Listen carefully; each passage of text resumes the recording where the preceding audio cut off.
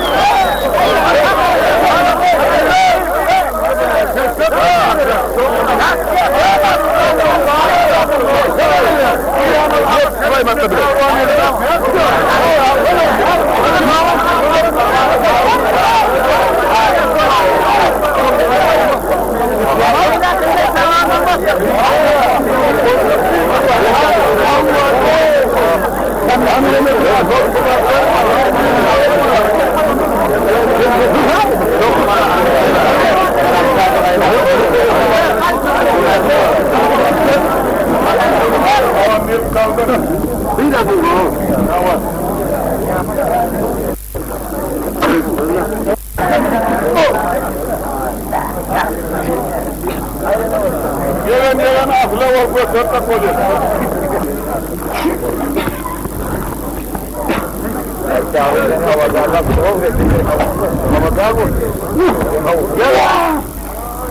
İyi bu yüzden abi.